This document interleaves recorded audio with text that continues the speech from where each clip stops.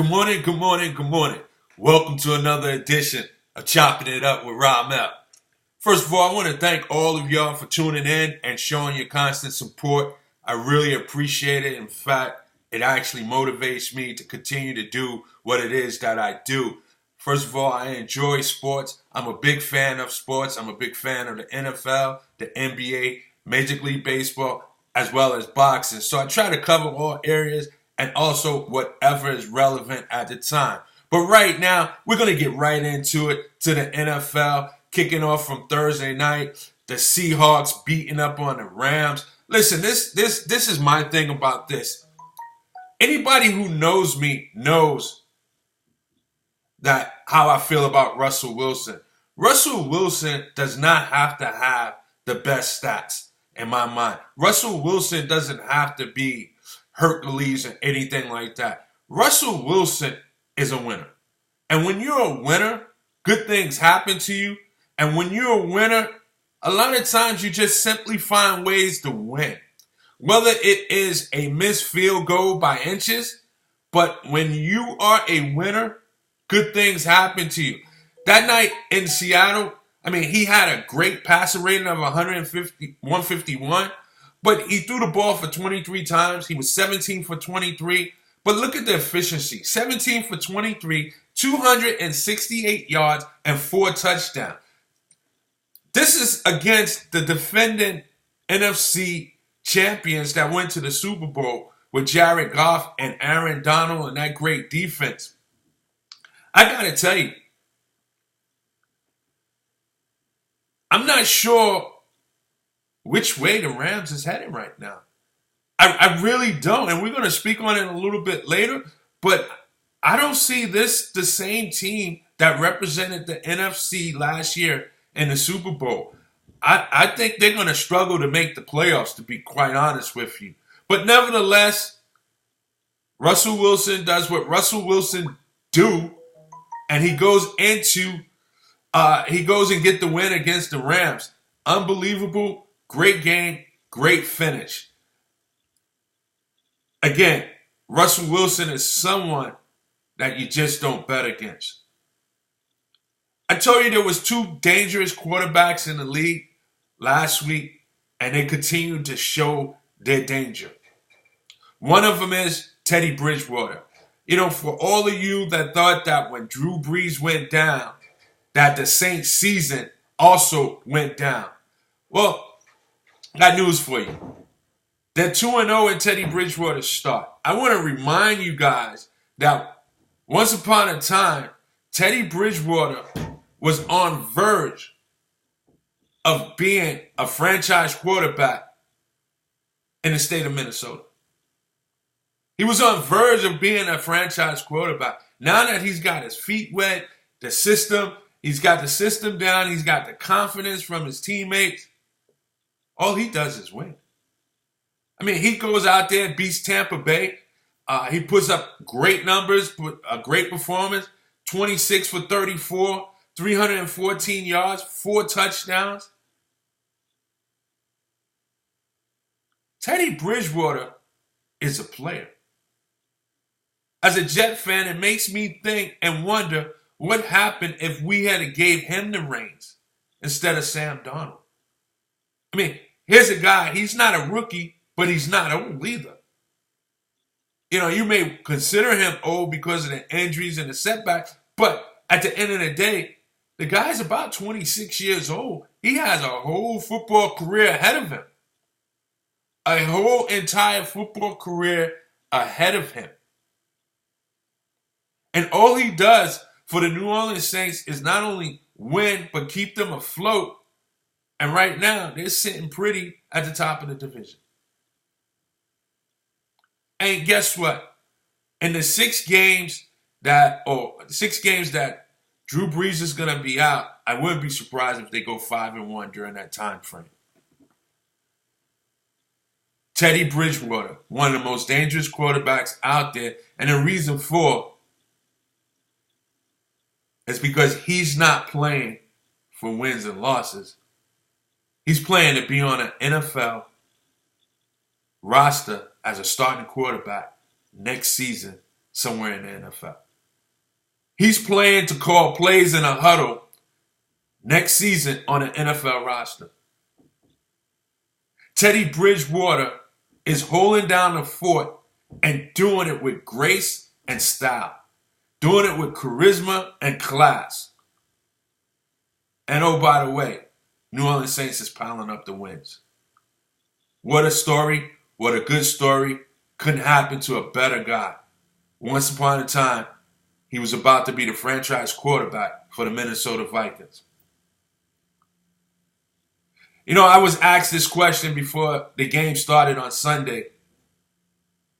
Knowing that I'm a Jets and an Eagles fan, when they play each other, who do you root for? Well, primarily, I root for the Jets first because that's my first team. However, if there's more significance on the line for the Eagles, then I root for the Eagles. And in this case, there was more significance on the line because I thought that not only would they win, but I thought that Dallas would lose. And so this would have implications of being tied for first place in the division. So in the case where the Jets played the Eagles this past weekend, I definitely root for the Eagles. And the Eagles just clobbered the Jets. Whatever you could think of, they did. They just clobbered them from start to finish. The Jets just was not ready to play. This is not so much all on the Eagles that they was just simply the better team, but the Jets right now, they're not doing well at all. Adam Gase, who is the head coach of the Jets, I'm going to repeat it again, should not have a job. I don't know what it was that the Jets brass and organization saw from this guy in Miami. If he did a good job in Miami, he would still be in Miami. That's how I look at it. It wasn't like he ran his course. It wasn't like they needed a change just because he'd been there for 10, 12 years or anything like that. No, he was there a short time and couldn't do nothing with Miami. What does the Jets do? They go hire him, and he's not doing anything with the Jets. Yeah, we can say there's some injuries. We can say that Sam Darnold is out. The Jets simply look unprepared to play football these last couple of weeks. Except for week 1, where really that was their best football they played, and they should not have lost to Buffalo. Somehow or another, they took their foot off the brake or they let the guards down. Buffalo was able to come back with a come-from-behind win. But at the end of the day, the Jets look awful. And I'm not going to blame it on the team, the players. I'm blaming it on the coach. The coach is not the guy for the job. If you're the guy for the job, you'll have your team prepared and you have the next man up. It's early in the season. It's week 5. We already had a bye week. We're 0-4, and we're on the list of ice fishing for the season already. With 12 games left, in order for the Jets to make a playoff run, they would have to go 10-2. For other suffering Jet fans like myself, that's not going to happen. Adam Gase, as the head coach of the Jets, must go. This should be a one and done. I don't care about injuries. His team looks unprepared. He doesn't have a clue out there. And I see no sight of the next man up. But with that said, if Sam Darnold is back behind center next week, I like them to pull off the upset against Dallas. I know that's a big statement, but I like the Jets to pull off the upset. And the reason why they do for a win, I think the Cowboys will look past the Jets for the big game against Philly 2 weeks later. And they're going to forget that they're playing an NFL team. This is going to be the Jets Super Bowl at MetLife. They're not going to see this much media attention, media circus all year long. Dallas Cowboys is still that team, regardless if we're in uniform. They're still that team. When they get to MetLife, it's going to be the biggest group of media attention that you can find. All eyes is going to be on this game. It's probably going to be the game of the week. I look for the Jets to have some pride, come out, and upset a spiraling Cowboy team that will probably look ahead of the Jets and have their sights on the Eagles next week. I got a call. Good afternoon. What's up, my brother? Hey, how you doing? Is that Sean? Sean Hood all day. You know what it is. You know what it is. You know what it is, T. Okay. I was just talking about your Cowboys moments ago, and I was saying that how disgusted I am with the Jets and how they really made the bad move, a bad choice by hiring Adam Gase, and he has no clue of what to do. He has this team unprepared and not even having a next man up type attitude. But with that said, I have the Jets pulling off the upset in next week when Dallas comes to New York, simply because I think Dallas is going to look ahead to the next week's game with the Philadelphia Eagles, and the Jets is in need of a win, due for a win, and this is going to be their Super Bowl because of all the media attention that the Cowboys bring with them. I think the Jets is going to have some pride, lace them up, pull their pants up, and strap their chin straps up, and go ahead and pull off the upset. What do you have to say? Well, first of all, I got to say somebody told you wrong. Okay. And then second of all, as far as pulling the pants up and down, we're going to put the Jets pants down and spank them. Okay. I mean, with baby powder. Okay, because first of all, right now, we've already been hitting the chin twice in a row the last 2 weeks. Okay, so they ain't feeling too good about that. And keep in mind, they like the clapper. They know good way he's not going to be around that too much longer. T. Hey, listen, the rope is getting tighter on his neck. The noose is getting tighter. Okay, he's getting tighter and tighter. He can't hardly breathe. And next thing you know, he's going to get choked out by Jerry Jones, and he's going to be fired. So Sean, only amount of time. The other day I went out back looking for my grill and was missing. You saying Jason Garrett is sitting on it? Not only is he sitting on it, he got the marks on his tail. He got the marks on his tail. He got the marks, all the grill marks. So you heard it there from perhaps the number one Cowboy fan, at least that I know, has his head coach sitting on a hot seat. He's sitting on a grill, and he's already got burnt marks from the hot chocolate. Continue on. He's already got burn marks on the hot chocolate, and the only thing he's doing right now, he's just getting marinated on the grill. He's just simmering. Because once the season's over, he's a lame duck. Because only way he can save his job, man, if they win the Super Bowl, maybe NFC Championship game might save him, might buy him some more time.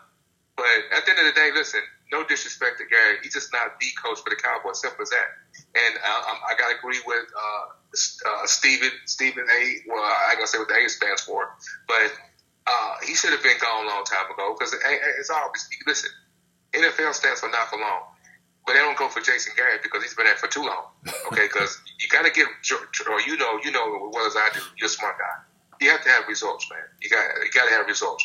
And a couple division championships in Big D, that's not standard. I mean, division championships don't impress the Cowboys. We know winning championship, even though it's been back in the day, but we don't get excited about division championships. I mean, I can name a couple teams, but we don't get into that have a parade if they win the division. But we don't do it. We don't get out like that.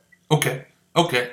So let me ask you this: the Dallas Cowboys came out the gate 3-0. They beat up on 3 teams that had a combined record of 1-8 at the time.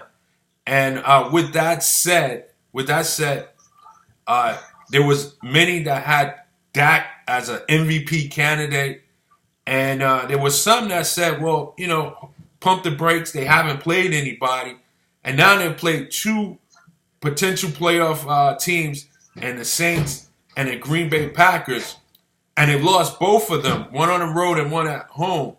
So I'm asking you, the number one Cowboy fan that I know, I'm asking you, which team are the Cowboys? Are they the team that won those first 3 games? Or are they the team that we saw losing these last 2 games? What are we to make of the Cowboys going forward? Because their schedule don't get any easier. Well, to comment on that, T, I think the first 3 games, I definitely think he was an MVP candidate. But the last 2 games, he's been just a P candidate. Okay, you got to take the MVP off. Now, I do think Dak is a highly qualified, highly talented quarterback in the NFL. And I think I got him as a top 12 quarterback in the league. But I think you're going to see the real Dak. Because listen, let's think about it for a second. Let's just go back. His body of work over his career, been a 4th-round draft pick, Troy. The guy been a couple Pro Bowls and won a couple division championships. Not bad for a 4th-round pick. So I think, and also, I will say this as well. Listen, he's been put into a beautiful situation with the Cowboys, meaning that the personnel that's around him. I think he's, listen, that was just a gift from the man upstairs.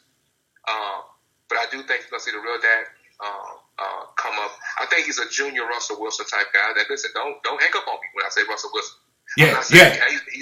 He's Russell Wilson. I just think he got the potential to be a bigger version of Russell Wilson. Before you go further, Russell Wilson. If someone said Russell Wilson is the best quarterback in the game today, I'm not going to dispute them. I'm not going to debate them. I'm not. It's not my choice as the number 1 quarterback. But if someone says he's the number 1 quarterback in the game, I will not debate them. Because that guy's a winner, and he's a player, he's a baller. With that said, he should not be in the same sentence as Dak Prescott. I'm going to tell you right now, the way Russell Wilson dismantled, was that the Rams? Yes, it was. Was that the Rams? It was, the Rams. Man, let me tell you something. The way he dissected that team, and I got a lot of respect for the Rams and their defense. And he just spearheaded that. I mean, he was outstanding. And the reason I compared him is not because of the color their skin. It's just the fact that Dak can play some really good football when he put his mind to it, not get confused. You got to have a 1-2 punch, and that's the 1-2 punch is him and Zeke. Zeke is rolling good. Okay, it opens up everything because he got some premium receivers in Michael Gallup and, more importantly, Amari Cooper. So, in old school Jason Witten, he might be 95 years old, Troy, but he's still catching footballs and catching touchdowns. So, if everything's clicking, Dak is a perfect quarterback for that team. But I don't need to be I don't want to be air Dak either. Just want to air it out every game. Can't forget about who we really are. We're running first team. Well, I tell you what, Sean, thanks for the call. But I agree in a sense of, in order for Dak to be the Dak that Cowboy fans want him to be, Cowboys need to run the ball. There's a stat out there. I heard 2 stats. One said they were 1-8. One said they were 1-9. Either way, they only won 1 game when Zeke Elliott has rushed for less than 75 yards in a game.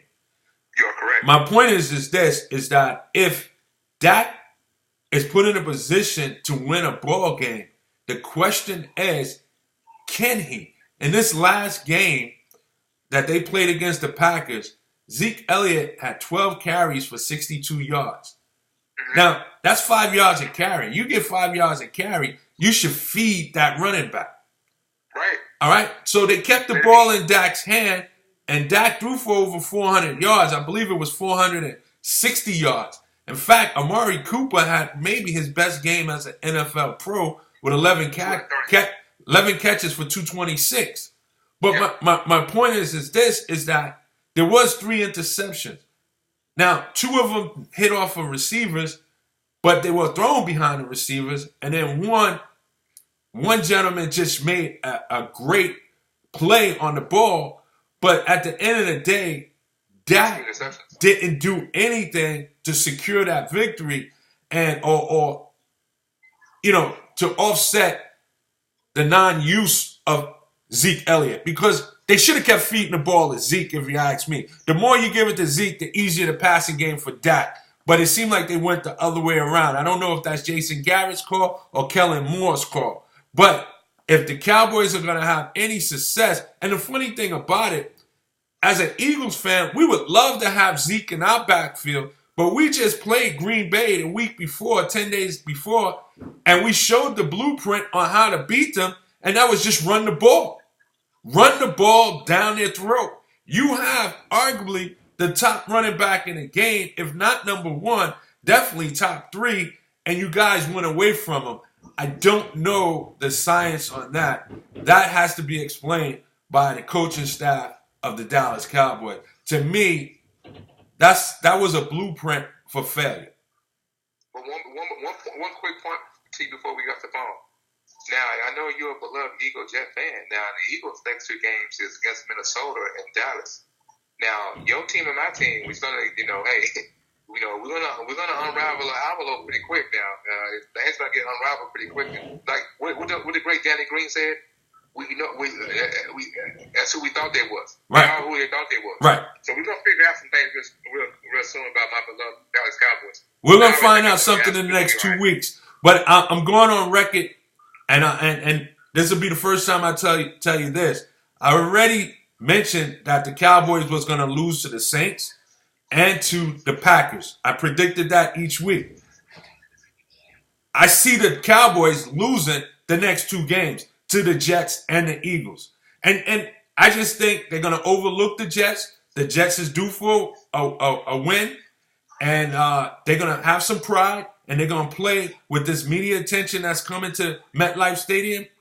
And I also just believe that the Eagles will beat Minnesota and they're going to find their groove and they're going to keep it moving. And you're going to see by week 7, end of week 7, there's going to be some separation in the division between the Eagles and the Cowboys, with the Eagles being up 2 games in the division. But we'll talk soon. Appreciate the love. And all the time. That's Sean, the number one Cowboy fan that I know. I think he's a bigger Cowboy fan than my son. Can't stop, won't stop. I don't know how my son became a Cowboy fan, to be honest with you. One thing about my son, I love him dearly. He's a mini version of me. But when it comes down to sports teams, he always has his own identity. He never roots for the teams that I root for. He was never a Knicks fan. He was a Bulls fan. Then he became a Laker fan. He never was a Jets fan. He never was an Eagles fan. He's always been Cowboys, Bulls, and Lakers. Now I think I'm reeling him into becoming a Knicks fan a little bit. But really, he's never been a fan of mine. He just chimed in. He said, I bought him a Deion jersey when he was 9. That's how he became a Cowboy fan. Okay. All right. But anyway, welcome to the show, Rob.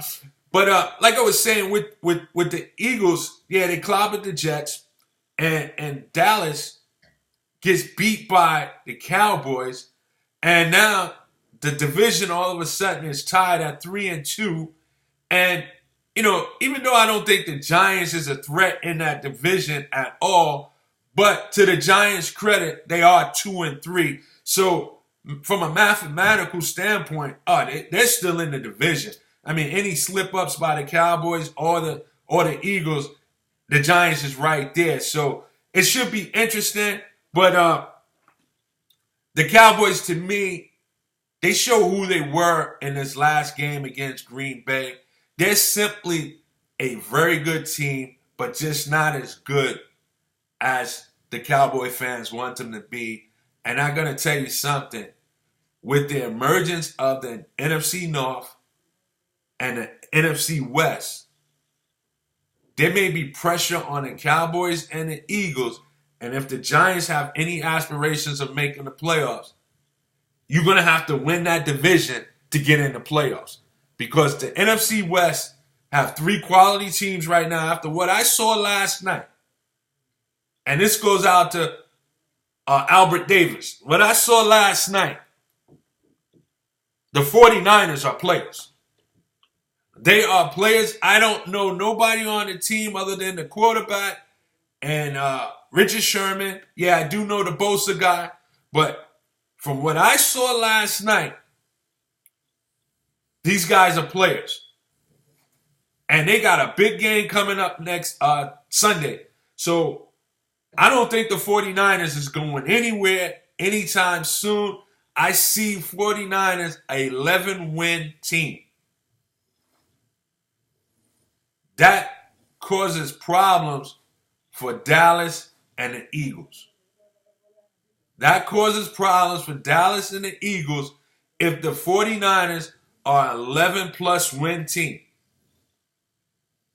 Yeah, the thing about it is, Rob, you say pretenders. Are they contenders or pretenders? Right now, they're 4-0. I thought the bye week would derail them a little bit, stop their momentum. No, they came right out there, took a hot team like the Cleveland Browns, shut them down from start to finish. From start to finish. And it was very impressive. And now they go in and play the Rams next week, which is one of my games of the week to feature for next week. I don't think the Rams is beating the 49ers. Although the Rams are in need of a win, probably more than any other team, I think the 49ers got something going on right now. They got a quarterback that has confidence, that believes in himself. The team believes in him. Over a 4 or 5 year period as a starting quarterback, he's only lost 2 games. I believe he's about 11-2, 12-2. So this guy is a winner. He gets the job done whether he's efficient or not. The defense is stepping up. They're always good for one big play a game. This 49ers team is a team to be reckoned with. And what they did last night was just impressive. Just impressive. I'm not selling the 49ers short at all. That is a team to keep an eye on. And to me, the 49ers may be the reason why the Eagles and the Cowboys will have to win their division to remain in the playoffs. Because a wild card is coming from the West, possibly 2. And the wild card could be coming from the NFC North. As all those teams in the North, from Minnesota, Detroit, Chicago, and Green Bay, they all have winning records. There's not a 500 team in that division.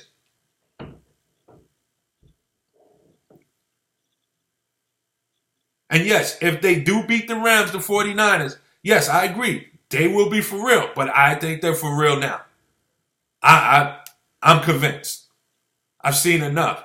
The fact that they did not let the bye week distract them or derail them, and they came back and not only got back to where they were, they did it in style. They was, 31-3? When I turned the TV off? Very impressive. Very impressive for the 49ers. So, with that said, there were some standouts over the weekend and this week, I should say, in the NFL. And, the 49ers are my standout. They're my standout.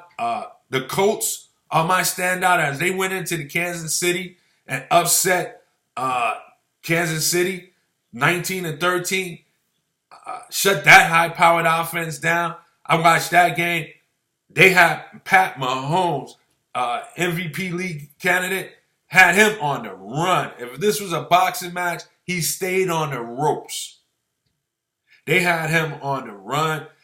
Justin Houston came back to KC. You could see he was bitter about them letting him go and not retaining him. He led a defensive charge. He was all over the place. It doesn't show in the box score. He only had 4 tackles. One of them was a sack. But his presence and his energy was felt. The Colts was a standout from the weekend. Deshaun Watson. What can we say about this guy? Now, you heard Sean says that Dak Prescott is like a baby Russell Wilson. I disagree with that. Not even close. Not even close. If there's anybody in the league that is close to Russell Wilson or has the skill sets, it could be Deshaun Watson. And what he put on over the weekend, the display that Deshaun Watson put on over the weekend was just phenomenal. phenomenal.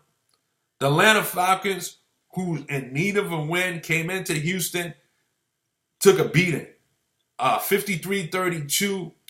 Deshaun Watson was outstanding. He had a perfect passer rating of 158.3. He was 28 for 33 for 426 yards. 28 for 33. He only missed 5 passes for 426 yards. Oh, by the way, he had 5 touchdowns. 5 touchdowns. Deshaun Watson, the guy who won a national title against the Alabama Crimson Tide at Clemson. After losing to him the year before, throwing for 405 yards in that game, then turned around and threw for 420-something yards in the following season to beat them. To show that what he did wasn't a fluke. Now, if that offensive line can only hold up for him and he can remain healthy, I'm sure he's going to take Houston to a Super Bowl. No doubt in my mind. Deshaun Watson, one of the standouts of the weekend. The other standout for me is over in Carolina as they continue to win in the absence of Cam Newton. Christian McCaffrey, what a game this guy had. He had 19 carries for 176 yards. He averaged 9 yards per carry. Unheard of. What a game he had. I think he broke one for 84 yards. Is he currently the best running back in the game? Is he an MVP candidate currently right now? I would say so. Easily top 5, possibly top 3. Easily top 5, possibly top 3. And for me, it's Russell Wilson, it's Pat Mahomes, and it's Christian McCaffrey. Those are my MVP candidates right now. With a little bit over 25% of the season in the books, those are my MVP candidates. But Christian McCaffrey, what a game he had. And oh, by the way, the Panthers, won a game. I think that's 3 in a row. They've won a game. In the absence of Cam Newton. For you Carolina fans out there, I have one question for you. I'm a big Cam fan. I really am. I'm a huge Cam fan. But my question to you all are, in his absence, if the Panthers, led by Kyle Allen, somehow make it to the playoffs, or either get eliminated in the final week of the playoffs, final week of the season, has Cam Newton played his last game in a Carolina uniform? That's going to be the question. Because right now, I think more importantly, Kyle Allen is not the better talent, but you can obviously see that the team is rallying behind him. They're playing for him. There's a little bit of a cohesiveness in that huddle. I think with Cam, there's a disconnect. So maybe that's why you see the problems that Cam has under center when he's playing. But for the most part, they're connected with this guy, Kyle Allen. And there's no doubt who's their leader. And that's Christian McCaffrey. And like I said, he has emerged, at least in my eyes, as a top 3 MVP candidate. Now, with just over 25% of the season in the books, there's a group of teams that's gone ice fishing. This group here has no chance of making the playoffs at this time. Although they're not officially eliminated, but in my mind, they have been officially eliminated. And that's the Miami Dolphins, the Washington Redskins, the New York Jets, the Cincinnati Bengals, the Atlanta Falcons, the Pittsburgh Steelers, and the Denver Broncos. Those 7 teams right there, We will not see them at a playoff game unless they buy a ticket. There's nothing positive about their season right now. Some are 0-5, some are 0-4, others is 1-4. When you got 4 losses and you only have 11 games left, you're talking about perhaps having to win 9+ games. I mean, worst case scenario, you need to be 10-6 to get into the playoffs. I don't see those 7 teams making the playoffs. Once again, they have been officially eliminated in my eyes, and that is my beloved Jets, the Miami Dolphins, the Washington Redskins, Cincinnati Bills, the Denver Broncos, the Atlanta Falcons, and Pittsburgh Steelers. Those teams are officially eliminated in my eyes. They will not make the playoffs. Maybe a few oohs and ahs here and there, but that's about it. Lastly, in the NFL, there's 5 games I want y'all to look out for next week. Houston and Kansas City. I like to see how Kansas City responds from that loss against the Indianapolis Colts. Kansas City is also hurting. Pat Mahomes was limping noticeably. And then Deshaun Watson coming off of that brilliant performance. I like to see how they respond. Dallas versus the Jets. You heard it here first. I have the Jets upset in Dallas next week. I think the Jets will play for pride next week. I think they will strap up their chin straps, lace them up. It's going to be a media circus there. It's going to be their season Super Bowl at MetLife. I believe they pull off the upset. San Francisco playing the Rams. I'm going to tell you something about this game. 2 things on both sides. I'm already convinced that San Francisco's for real. You could not have sold this to me before the season started, but I believe that San Francisco 49ers are for real. All right? A win against the defending NFC champions will take them officially out of pretender status into contender status. And not in my eyes, by others. Right now, I think they're contenders. All right? Now, this could be the elimination game for the Rams. That's how significant this game is for the Rams. If the Rams lose this game against the San Francisco 49ers, go 0-2 in the division, 3-3, they may be officially eliminated from the playoffs. Yes, you heard it here first. The defending NFC champions, if they lose come Sunday, which I think they will, because I have San Francisco winning this game. If the Rams lose, they are officially eliminated. Officially eliminated. That division will be decided by Seattle and San Francisco. No ifs, ands, and buts about it. Philly and Minnesota. Again, I mentioned the NFC North. The question is, who's better? NFC North or the NFC West? The NFC North has 4 teams. They're all over 500. The NFC West have 3 potential playoff teams, and they got a young star in Arizona, although they're 1-3-1. But that's a young team that's finding their way that, I tell you what, they're not going to sniff the playoff this year. And I didn't put them on the ice fishing list, but they're not going to sniff the playoff this year. But they play hard. It's not like you're just going to come in there and win. You're going to have to get a good night's sleep and play them. They play hard. But with that said, Philly and Minnesota is a game to watch. If Minnesota is for real after that win against the Giants, this is going to be a tough game for Philly on the road.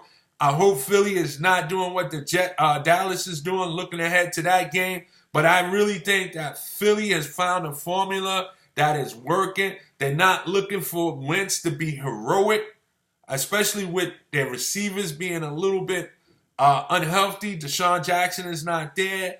And Alshon Jeffries is still not 100%. So I like the idea that they're running the ball and kind of have Wentz as a high-profile game manager, not trying to do too much. That formula has been working the last couple of weeks. I look for them to continue with that formula. I look for them to continue with that formula. So that should be a good game, but I see Philly pulling out the win. Another big game, to me, a game to watch, I said, is Seattle versus Cleveland. From the Cleveland standpoint, they just got shellacked last night. I need to know what Cleveland team is going to show up, what Cleveland team is for real. Will they bounce back? And then you got Seattle.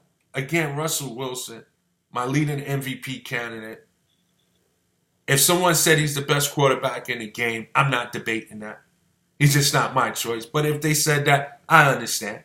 I will not debate it. In fact, I'll nod my head. Okay. But with San Francisco doing what they're doing and they're looking up to San Francisco, Seattle is going to have to keep marching to the drum and the beat of San Francisco. I look for them to go in there and in a hostile environment in Cleveland, the dog pound, I look for them to go and pull that win off. It should be a good game. Those are my 5 games to watch this week. But again, San Francisco, unbelievable what I'm watching. Moving right along, I cannot close without talking about the Major League Baseball races. The Yankees advanced. Those have been watching the show and following the show. I said that the Yankees will play the Braves in the World Series. I stand by that. Although the Braves are looking at a Game 5 tomorrow. But I like the Braves at home to pull off the win against St. Louis. But let me ask you a question. I don't know if he's a Hall of Famer, but Molina for the Cardinals, have you seen a better clutch hitting catcher in postseason than this guy? You probably have to go back to Johnny Bench. Really, you may have to go that far. Thurman Munson. I just don't know if you're going to find a clutch hitting catcher like Molina. And one who calls a great game and plays great defense. I just don't know if you're going to find one. You're going to find one. Chopping it up with Ramel, who's on the line. This is Fred from New York. Fred from New York, how you doing? What's up, man? How you, man? Doing well, doing well. Just talking about the Major League Baseball races. I believe the Yankees have probably played the Braves in the World Series. Oh, okay. You know, I'm not a Yankee fan, but I'll definitely root for them because they're from New York. But other than that, it is what it is. What's going on? Just talking, chopping it up with Ramel. Did you have any thoughts on anything that may be football related, baseball related? Basketball. I heard Kevin Durant this morning on the Breakfast Club, and he was saying something in terms about how a lot of big names are not going to the Knicks and so forth, and I think it's true. And do you think, honestly, that Oakley whole situation played a part in it? Well, I'm gonna say yes and no. I got a glimpse of what his comment was, and here's the thing. Mm-hmm. Kenny Smith went on to say that players of today don't know the history of the Knicks. They don't know the history of the Garden, okay? And he went on to say because the recent Knicks have not lived up to what it was once upon a time of playing at the Garden. And even though the Knicks under Patrick Ewing and Charles Oakley and those players during the Pat Riley, Jeff Van Gundy era never won a championship, they'll probably go down as one of the top 5 teams, best teams, to not to win a championship. Along with the Sacramento Kings and maybe Indiana Pacers, they'll go down as one of those teams. But in the last 10, 15 years, and these guys that are coming out of college now, they haven't seen that from the Garden. They haven't seen that in New York. So what happens is... Especially they're not from New York. They haven't seen it. They haven't seen it. And what happens is that mystique of playing at the Garden it's like it don't exist anymore. So what happens is that there's no like wow factor to go play at the Garden. And to make matters even worse, you know, there was an era where your top players in the country was coming out of New York. So you don't have the Kenny Andersons, the Lamar Odoms, the Metal World Pieces, the Stephon Marbury, the Sebastian Telfairs, the Elton Brands that were coming out of New York, and they were highly regarded. You know, they were Mr. Basketball, or throughout the country they were known as a top player. Or you know, we don't have that no more. I mean, we have Cole Anthony, Greg Anthony's son, that's coming out of New York, and he's a top guy. But when's the last time we have it? And then what makes matters worse, when these high school ball players are top players, they don't even play 4 years in a New York City high school. They wind up going to Oak Hill Academy or somewhere like that, and it takes away from New York because they're being seen somewhere else. So, and right now, I'm going to go a step further, Fred. When you look at the Barclay where the Nets play, the Nets are winning, and they seem to have a better culture right now. But also, when you look at a Barclay and Madison Square Garden, I'm down here where I'm at. The fights that I watch, the boxing matches that I watch are at the Barclays Center. It seemed like more activity goes on at the Barclays Center. The McDonald's High School All-American game. Barclay comes into existence and they got college tournament games there. I mean, it's almost like it's not so much just Nets versus Knicks. It's like Barclays versus MSG. And to me, it looks like Barclay is winning because even when the All-Star game came to New York, that would have been at the Garden. They split the activity between Barclay and the Garden. So what the NBA did was they didn't make one any better than the other. So what happens is that now these players that are coming up through high school and college, and they're seeing the last 10 years, it looks like Barclay is where it's at. And I'm going to tell you, I watch League Pass. Watching a Brooklyn game is fun. They're playing Biggie Smalls music, Jay-Z music. Oh, yeah. I mean, they got Coochie ribbons on their jersey. They just make it young and youthful. And the Garden is more business attire. You know, you still coming in there with suits on and sports jackets while they're coming in there looking like they're very comfortable, and the entertainment is matching that. So what's happening is, from a whole, the Knicks, the Garden, everything, they're going to have to do something to compete with Barclay and Brooklyn. And I think, yes, it doesn't hurt when you have an incident with Charles Oakley. It doesn't hurt.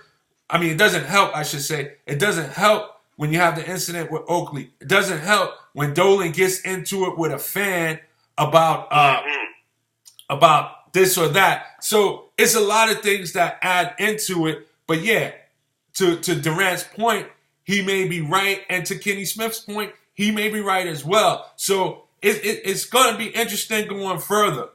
And, you know, I got my nephew, he chimed in, he said the Garden is weak. I haven't been to the Garden in a while, so I couldn't even speak on that. But I can tell you this, watching a Knicks game and watching a Brooklyn game is much more entertaining watching a Brooklyn game. And when I have league passes, so I have very limited commercials. So when the game is going to a commercial, it stays in the arena and you see the entertainment, you hear the music. And I tell you, there's a couple of times I find myself like wanting to get up and dance or rapping the lyrics to the song. I mean, it's that much fun. It's that much fun. But yeah, Fred, I appreciate the call. Anything else you want to mention? No, I'll definitely be tuning in. I enjoy your show, and look forward to the next one. All right, peace and blessings. That's Fred from New York. And, you know, I was going to talk about the NBA for a moment, and he brought it up. But everything that he spoke on is very, very interesting. And I think part of the problem that New York Knicks have with attracting a free agent is because they don't know the history and the mystique of playing at the Garden, because the last several years it hasn't been what it's used to be. And not only that, Barclay, to me, is outdoing MSG in a lot of things, whether it's fights, concerts, whatever it might be. So there is a bigger attraction. But speaking of the New York Knicks, I got a glimpse of the New York Knicks last night, and I know they're playing Washington, and I know it's preseason. But I got to tell you, I like what I saw. I like what I saw watching the New York Knicks last night. They looked like they were committed to defense, something that I hadn't seen in a while. And to see that from a young team especially, that's impressive. Marcus Morris is probably half the Oakley that we need. He got ejected in a preseason game for hitting a player in the head with the ball or in the face, swinging elbows. I mean, you don't see that kind of activity in a preseason game, but nevertheless, he set the tone that these New York Knicks are not going to be punked. And that's what they need. I'm not in favor of starting him because I want to see Kevin Knox grow, but I might have to change my mind on that and have him start and let him be the team captain, because they were feeding off his energy last night. And with him on the court and with Mitchell Robinson with his 4 blocks, the defense, they were committed to defense last night. I like what I saw with the New York Knicks. Does that mean they're a playoff team? I'm going to pump the brakes on that. But I see 30-plus wins for the New York Knicks. Yes, I do. I did want to talk about the Lakers. I think the Lakers are going to represent the West. I really do. I think the acquisition of Dwight Howard is huge. And let me tell you something. It's not about his production. If he's just a good teammate, he's going to make the Lakers a problem. As long as he's a good teammate, he's going to make the Lakers a problem. He will make them a problem. One thing about him, he's been a knucklehead the last few stops he's been, but he's always been 16-12. If he continues to play at that rate and be a good teammate, and even though he may not play the 35 to 40 minutes that he's used to playing to get 17 and 13, if he plays 25 minutes and comes up with 11 and 9, that's enough for the Lakers. The more he plays, the less they need McGee out there. The more he plays, the less Anthony Davis has to play the 5, which he's reluctant to play. The Lakers will be a problem. The Pelicans. Zion. Looked good last night. I think David Griffin did a great job assembling a team surrounded with youth and some veterans. I think the Pelicans are going to be a tough team to play. I don't think they make the playoffs. I think they fall short because the West is just so loaded. But when you go to New Orleans, if you eat or drink too much before that game, you're going to get blown off the court. You better get a good night's sleep. You better get a good night's sleep. The Pelicans is going to run you out the gym. I look for Lonzo Ball to be a most improved player candidate. I think him leaving L.A., maybe getting away from his dad, getting away from L.A., I believe that's the best thing for him. He's going to be in the backcourt with a pros pro, Drew Holiday. You got a guy in Zion that's going to be very similar to Karl Malone. He's going to get the rebound, hand it to Ball, and be the first one up the court. And Ball is going to hit him like he's Joe Montana or Tom Brady. Lonzo Ball will be a most improved candidate, if not a most improved player this year. Yes, the New Orleans Pelicans will be must-see TV. They're going to be fun to watch this year. They really are. Injuries is always a part of it, but if they manage to have minimum injuries, they're going to have a great season. I think that Brandon Ingram, who could be the second best player right now, I think he may be the one that's the odd man out. I think this is going to be the trio of Lonzo Ball, Drew Holiday, and Zion. Their bench is going to be strong. You got Derek Favors, you got Redick, you got Josh Hart. This is going to be a good team to watch. It's going to be a good team to watch. But yes, I do think the Lakers, I don't think the Clippers have an answer for Dwight Howard. And not necessarily Dwight Howard going down here and scoring 30 a game. I just don't think they have an answer for his energy, his mobility, the way he plays the game. I just don't think they have an answer for him. I don't think Zubac or Montrell can keep up with him from baseline to baseline. I think Dwight Howard's athleticism is going to be a problem. Early on, I have the Lakers. And again, with minimum injuries, I know every team is going to have some. I have the Lakers representing the West.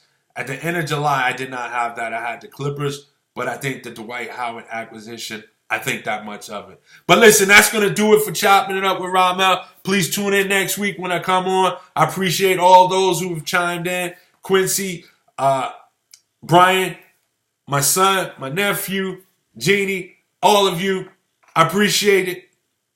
See you next week. Peace and blessings. It's Chopping It Up with Ramel.